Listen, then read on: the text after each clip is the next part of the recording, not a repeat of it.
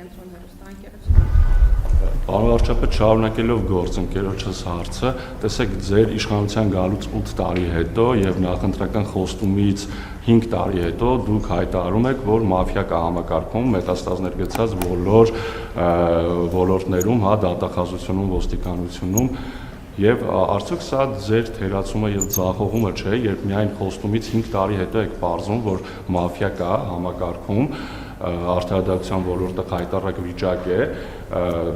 եւ ասում եք սահմանադրության փոփոխությունը կկարգավորի, ինչպես է կարգավորելու եւ մեկ հիշեցում էլ անեմ, երբ որ դուք ասում եք կա տենց դատավոր, որ կարող է իմ ասածը չանել։ Հիմա եթե սահմանադրությունը փոխեք, այսինքն նման հայտարարությունների դեպքում օրենսդրության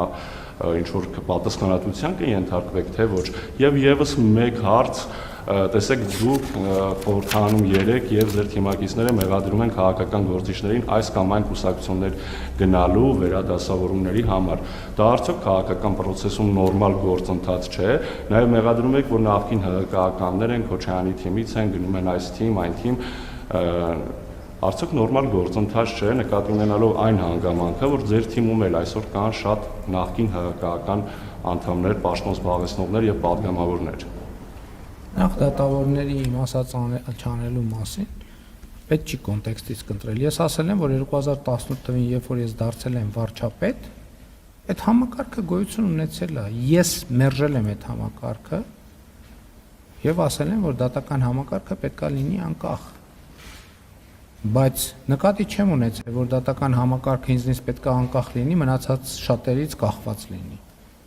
Այստեղ որ դիսբալանսները առաջանում է եւ այդ խնդիրը պետք է լուծենք եւ այդ խնդիրը ինչ այլոց ասեմ նաեւ մենթալիտետային է, մտածողության խնդիր է, սոցիալ-հոգեբանական խնդիր է, կրթության խնդիր է, կարողությունների խնդիր է եւ այդպես շարունակ։ Եվ օրինակ, եթե պարզվի, որ Հայաստանում կա դատավոր, որ իր պրոֆեսիոնալ մակարդակով չի համապատասխանում դատավորի ստանդարտին, ինքը չի կարող լինել անկախ, որովհետև ինքը անդադ կախված է, որոշում գրելիս, դատավճիռ գրելիս, չգիտեմ, միջնորդություն քննարկելիս, անդադ ինքը դիմում է ուրիշների, կարա եթե այդպիսի բան լինի, ու դրանից արդեն կախվածություններ են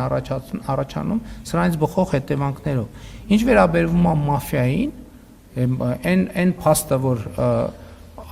կարող ենք արձանագրել, որ այդպիսի երևույթ կա, այդ նշանակում է այդ պրոբլեմների լուծման հետևից անկեղծորեն գնացել ենք, որ այդ եզրակացությանն ենք եկել, որովհետև կարող ենք բան չանել, ասել չասենք, որ վայ հանկարծ չասեն, որ մեր ձախողումն է, ու տենց էլ համաձայնության գաղճ մթնոլորտը պահպանվել։ Բայց այդ է կարևորը, որ ես այս կարգավիճակում դա ասում եմ։ Բա ինչի եմ ասում, դա նշանակում է, որ ես այդ խնդիրները խորքային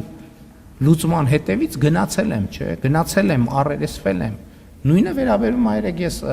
ազգային ժողովում ասեցի, նույնը վերաբերվում է նաև Ղարաբաղի հարցի հետ կապված, ինչու ես ասել Արցախը Հայաստան է եւ վերջ, այն մյուս բաների հետ կապված, որտեղ մենք գնացել ենք այդ հարցերի հետևից։ Մենք չենք ասել, որ լավ երկիրը թող եւս 30 տարի էսկետի վրա, դե տարեկան 30 զոհ, 10 զոհ եւ այլն, տենց եւս ու երկիրը այս փակուղում շարունակի մնալ։ Մենք գնացել ենք հարցերի հետևից, որտեղ պատասխանատու ենք վերաբերվել։ Ես չի ասի, դուք ասցիք արդարադատության համակարգում կան խորքային խնդիրներ, այո, բայց արդարադատության համակարգում շատ խնդիրներ լուծված են։ Բայց ֆունդամենտալ առումով, եթե ինչ որ խնդրեմ մի հատված լուծված է, չի նշանակում, որ դա մենք պետք է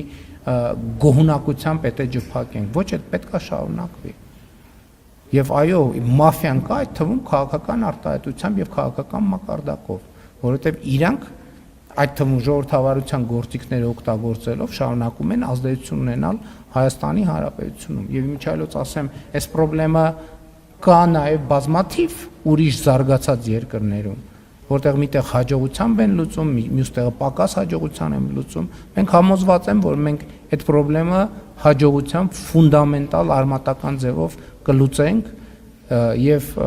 այդ թվում դրա համար մեր մանդատի շարունակություն ենք ակնկալում մեր ժողովրդից։ Շնորհակալություն։ Դե կներեք, այնքան շատ եք տալիս, չեմ հարցնում գրել, ինչի մասին է։ Դե չեմ մեկնաբանի, հիմա դա քաղաքական։ Դե նայած որը հիմա ինչ, չգիտեմ, ասենք ենթադրենք, եթե օրինակ նույն մեր քաղաքական թիմի ներկայացում ենք, ասել ենք նույն մեր հանձնառությունը ինչ ա եղել, որ պետքա մենք շատ խստագույն բանով չափանիշներով վերաբերվենք ինքներս մեզ։ Մենք տեսնում ենք այն քաղաքական թիմի անդամները, այդպիսի դեպքեր եղել են, ում հետ կապված խնդիր ենք առաջացնում, այդ թվում 1, 2, 3 գծեր անցնում են եւ արդեն իրավական մեխանիզմները սկսում են գործել, մեկ էլ հոբ դառնում են ընդդիմադիր։ Այսինքն ինչ, բանի մեր քաղաքական թիմի անդամը լինելու նպատակը այն է, որ ինդուլգենցիա ունենան, ինչ ուզենան անեն, չի կարող այդպիսի բան լինել։ Հավանիր տեսանյութը եւ բաժանորդագրվիր նորությունները բաց չթողնելու համար։